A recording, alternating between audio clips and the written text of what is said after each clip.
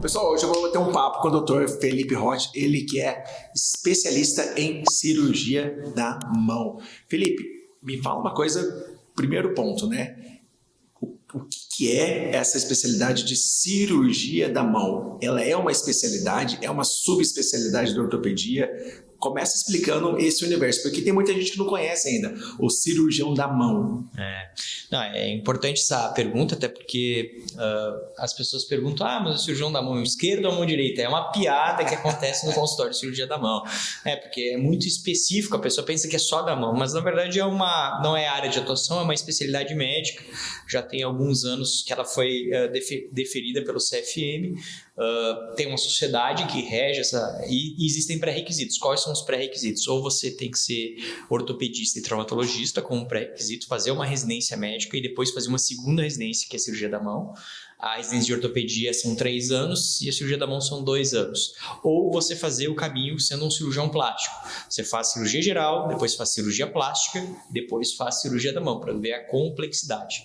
Naturalmente, a cirurgia da mão, acredito que a melhor tradução seria a cirurgia reconstrutiva dos membros superiores. Na verdade, tudo que você precisa fazer algum tipo de reconstrução, tanto de nervos, vasos, assim como tendões, ossos, você vai usar a cirurgia da mão. Então, ela tem uma área de atuação dentro da cirurgia plástica, porque você faz coberturas cutâneas, tem áreas na microcirurgia, que você entra tanto na cirurgia plástica como na neurocirurgia, trabalha com nervos periféricos, que é uma parte que é relacionada à neurocirurgia também, e a parte ortopédica, que é a parte óssea, né? Ortopédica e traumatológica. Então, ela é uma área que abrange várias áreas de atuação, só que ela é uma especialidade médica, porque a mão, para o nosso entendimento, para as pessoas entenderem, um cara chamado Penfield criou núcleos de Penfield.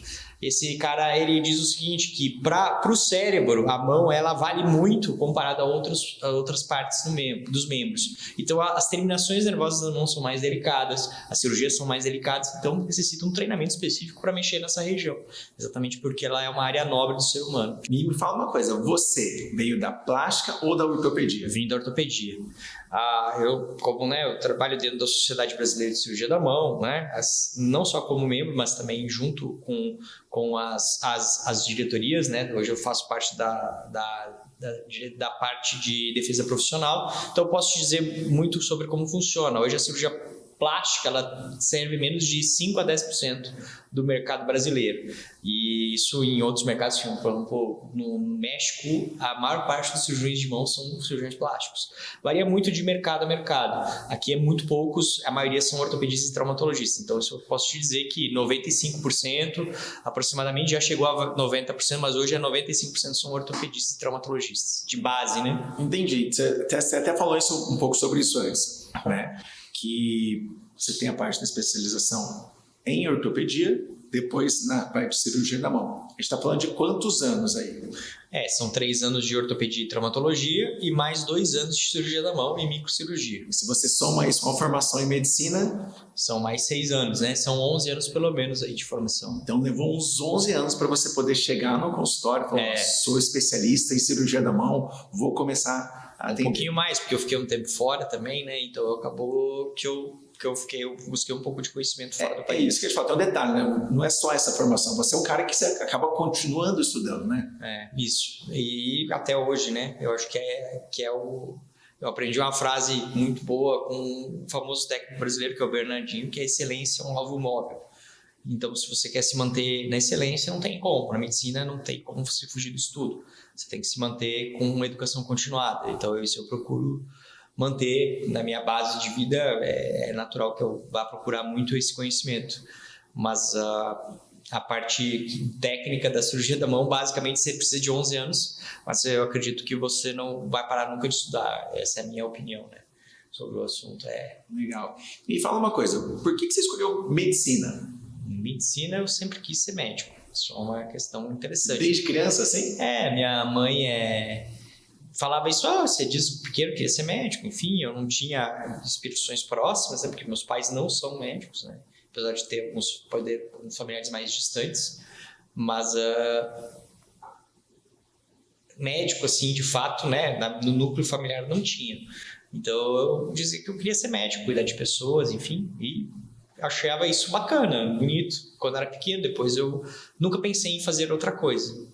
Durante a formação, primeiro e segundo grau, se vou fazer medicina e tal. Nunca tive outra dúvida. Você não teve um plano B? Nunca tive, nunca pensei em ser outra coisa. Não faria nenhuma outra faculdade hoje. Pô, legal, isso é bacana.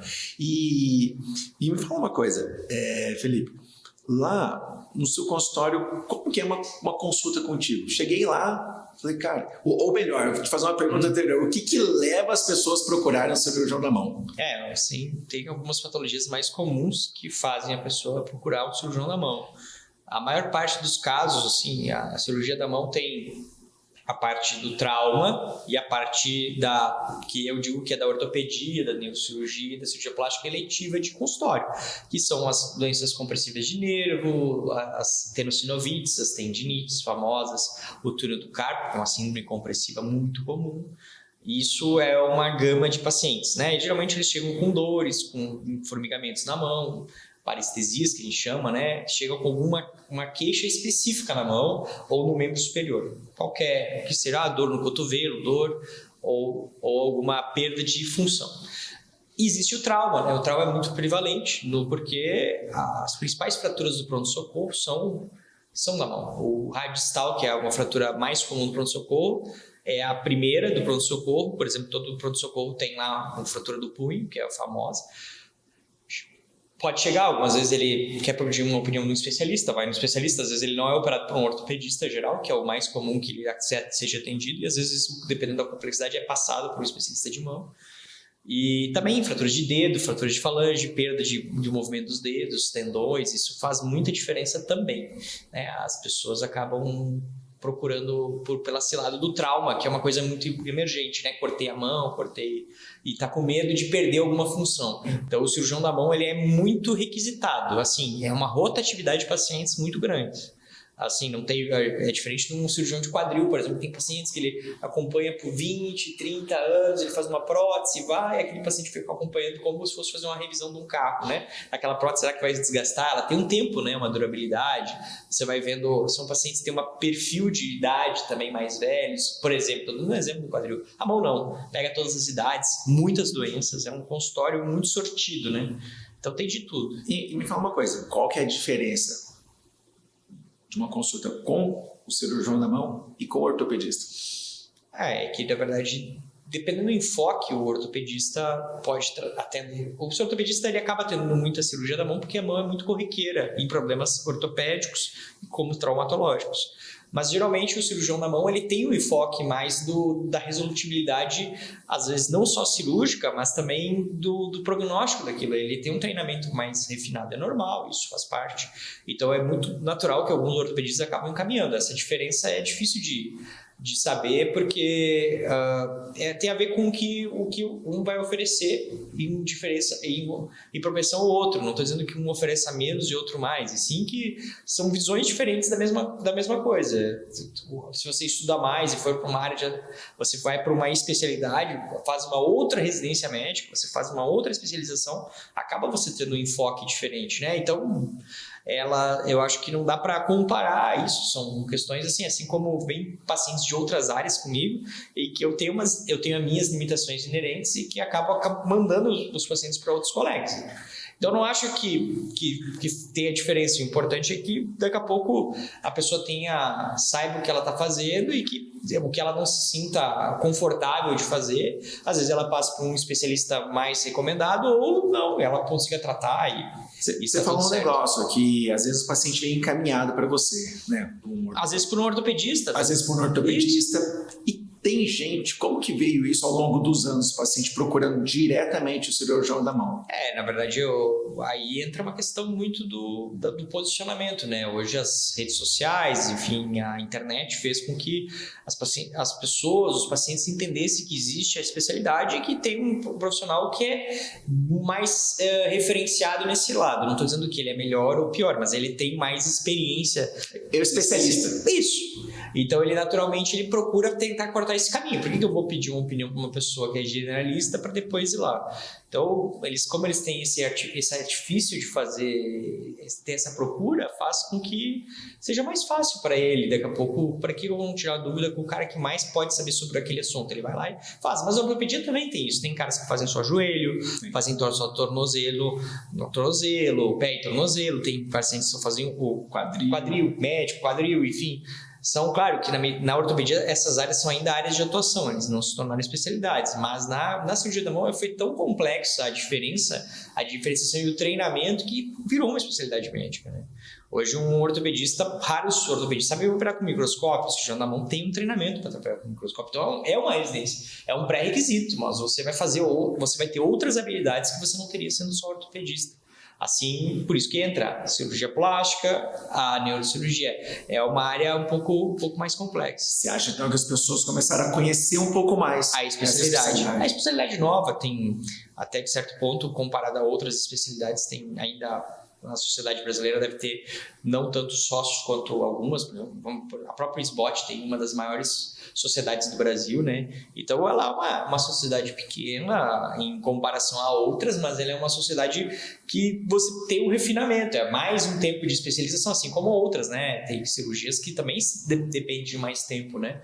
De refinamento. É um refinamento dentro de uma especialidade, dentro da especialidade ortopédica, dentro de uma cirurgia plástica, né? Que são os pré-requisitos da cirurgia da mão. Entendi. E me fala uma coisa, você que é um cara que estuda, que está antenado, que vê o que tem de mudança. O que você viu de mudança nos últimos anos na cirurgia da mão? Teve alguma evolução, alguma técnica, alguma novidade, alguma ferramenta? O que você viu de novidade nos últimos tempos? Nossa senhora, aí vai um outro podcast. Fala o que você gostou mais. Não, eu vou considerar assim, o que mais modificou, né? Eu vou colocar aí o panorama que talvez seja também com a medicina, né? A tecnologia é o primeiro panorama, né, que mudou a medicina e mudou a cirurgia da mão. Então, o que hoje se faz? Cirurgias menos invasivas. Então, hoje se existe a artroscopia. Eu, quando fiz a minha residência, tinha um treinamento em artroscopia, vamos dizer assim... Explica o que é a artroscopia e o que é a cirurgia menos invasiva. A cirurgia menos invasiva é como você pode utilizar menos cortes para entrar e invadir um paciente ou uma articulação, uma estrutura. A artroscopia é isso, e endoscopia é isso. Você vai entrar numa estrutura através de uma câmera. E ao contrário do que você imagina, mas por que você não abre a porta em vez de olhar para uma fechadura? Muitas pessoas perguntam isso. Porque você está olhando para não. Você vê aquilo com um aumento muito maior e uma precisão perfeita. Então, por exemplo, as estruturas, aquelas lesões que você não via a olho nu, às vezes até com uma lupa microcirúrgica, você consegue ver no artroscópio. Então, por quê? Porque a amplificação desse equipamento para entrar na estrutura e ver as estruturas é maior. Então, você consegue fazer menos dano ao paciente. Quando você entra com essa câmera e, por exemplo, e faz cirurgias usando ela. Por exemplo, essa é uma das coisas. Outra coisa, materiais. Hoje existem materiais para você começar a mexer mais rápido. Uma vez que você fazia uma fratura, você tinha que ficar imobilizado muito tempo. Hoje existem materiais que você coloca uma placa, pinos, parafusos que você rapidamente mexe. Você na outra semana já está mexendo.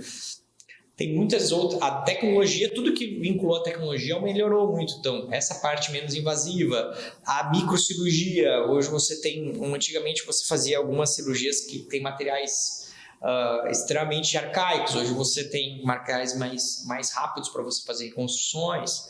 O que você acha que está vendo para o futuro aí? Edson, acho que talvez vai surgir uma novidade por esse caminho aqui. Na cirurgia da mão assim, o que mais cresceu no Brasil e principalmente no mundo hoje eu vejo o robô crescer muito, né? A cirurgia por robô, mas na mão eu não vejo isso, porque a mão é difícil de reproduzir, diferente da barriga, na ginecobstetrícia e na urologia é muito comum você usar o robô, porque você consegue fazer uma cirurgia à distância e só precisa de um cara para você colocar aquele robô para fazer. Na mão é um pouco mais complexo ainda o processo, eu acho que a cirurgia ainda é muito dinâmica e eu acho que realmente a artroscopia ainda é o foco. Os treinamentos em artroscopia são o foco. Mas, assim, impactante realmente na medicina, para mim, é a inteligência artificial. Legal. E eu te pergunto sobre isso. Ponto. Para mim, assim, o que é mais impactante na medicina hoje? Para mim, inteligência artificial. Isso mudou todas as formas de você perceber a a forma de você ser médico, como você pode tratar o paciente, como você pode ter agilidade também em alguns processos dentro do consultório. Isso sim, isso mudou. Os pacientes chegam com dúvidas respondidas pela inteligência artificial, não pelo Google, que ainda é muito errático, né? Então, o cara já sabe como a inteligência artificial está sendo alimentada, né? Então, ela já está melhorando muito. Isso, para mim, eu acho que é a maior revolução, né, que tem, né? A questão, para mim, que é a grande questão, é o conflito ético, né? A inteligência artificial, ela não tem o conflito ético. Então, vou dar um exemplo. Se tu disser assim, ela vai te dizer, qual é o tratamento para isso? Ela vai te dar uma resposta mesmo muito precisa das possibilidades.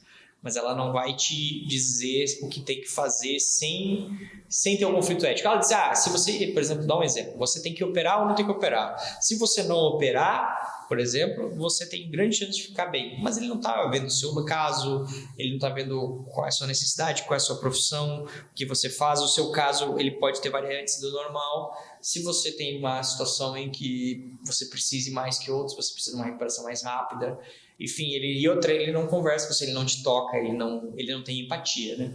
Daí uma coisa que a inteligência artificial não faz ainda. Ainda não e nem vai fazer. Ela tem... uma das palestras mais interessantes que eu ouvi sobre inteligência artificial, um rapaz agora no Congresso Brasileiro, eu já tinha ouvido sobre essa palestra, o cara, ele comentou sobre isso, que hoje a inteligência artificial, inclusive, está aprendendo a ter sentimentos. Tem caras que estão tentando fazer com que ela aprenda, que ela se apaixona pela pessoa. Teve um caso, um relato daquela inteligência artificial que acho que o Google fez, que o cara começou a ficar preocupado, porque aquela inteligência estava começando a entender os sentimentos.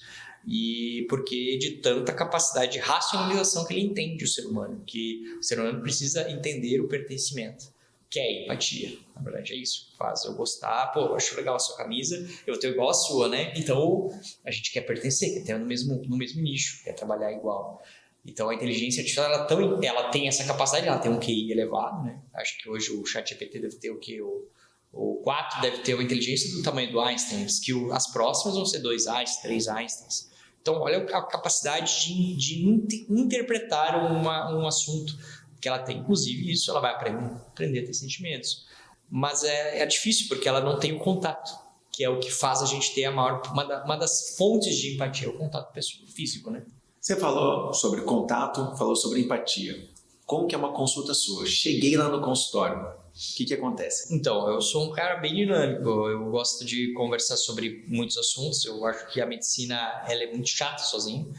A rotina liberta o pensamento, né? Eu aprendi muito isso, eu tenho uma rotina de ser pontual nas perguntas, para não deixar a conversa fluir de um jeito que eu me perca na investigação. É óbvio, a investigação ela é decisiva para o diagnóstico correto, né? E para os exames mais pertinentes para o paciente e para o exame físico do paciente. Só que a questão é que, na maioria das vezes, o paciente, você precisa organizar as ideias dele para ele entender uma cronologia, para eu conseguir dar o meu melhor. Então, isso eu tento ser o mais objetivo possível. Então, eu considero a consulta em 2 pontos. O primeiro ponto é resolver o seu problema, entender você, beleza. E ao lado que eu preciso entender o ser humano, que é uma empatia, eu perceber onde é que ele trabalha, o que ele faz, o que ele gosta de fazer, enfim, se ele gosta de dinheiro, se ele não gosta, se ele gosta de gente, se ele não gosta, se ele gosta de médico, se ele não gosta de advogado. Eu pergunto o que você imaginar. Porque eu entendo o seguinte, eu sou um alemão nato, assim, de estilo, assim, eu sou um cara muito compulsivo nas minhas condutas, assim, em termos de obsessivo, assim, eu tenho uma certa, assim, não, isso aqui nós vamos fazer assim, eu vou entrar, concentração máxima, eu vou fazer assim. Eu fiz muita cirurgia e é incrível como raramente eu me lembro, assim, de alguma cirurgia que eu não tenha feito um passo diferente daquele, sabe? Eu não entro inventando, vou fazer desse jeito, não, eu vou lá e faço exatamente assim. O plano é esse, tem que demorar tanto tempo. Às vezes tem os percalços, né? Faz parte, mas a medicina é assim. Mas mesmo assim, o que eu percebo? Eu fazendo igual, exatamente lá, 50 cirurgias são 50 resultados diferentes. Mesmo sendo bons os resultados.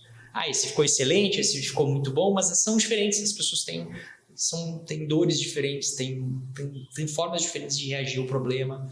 Tem pessoas que sentem menos dor, outras não. Tem pessoas que sofrem mais com o problema. Tem pessoas que querem sofrer a vida inteira com o problema, mesmo resolvendo o problema. São seres humanos, são individuais. A doença é individualizada. Isso é o que eu procuro no meu consultório. Então, eu tenho que entender o indivíduo que eu estou tratando, entender rapidamente a doença dele, rapidamente eu já capto isso aqui. Em 5 minutos a gente raramente erra. Em 5 minutos, 10 minutos, 15 minutos, eu tenho que entender o ser humano. Esse aqui é muito mais complexo.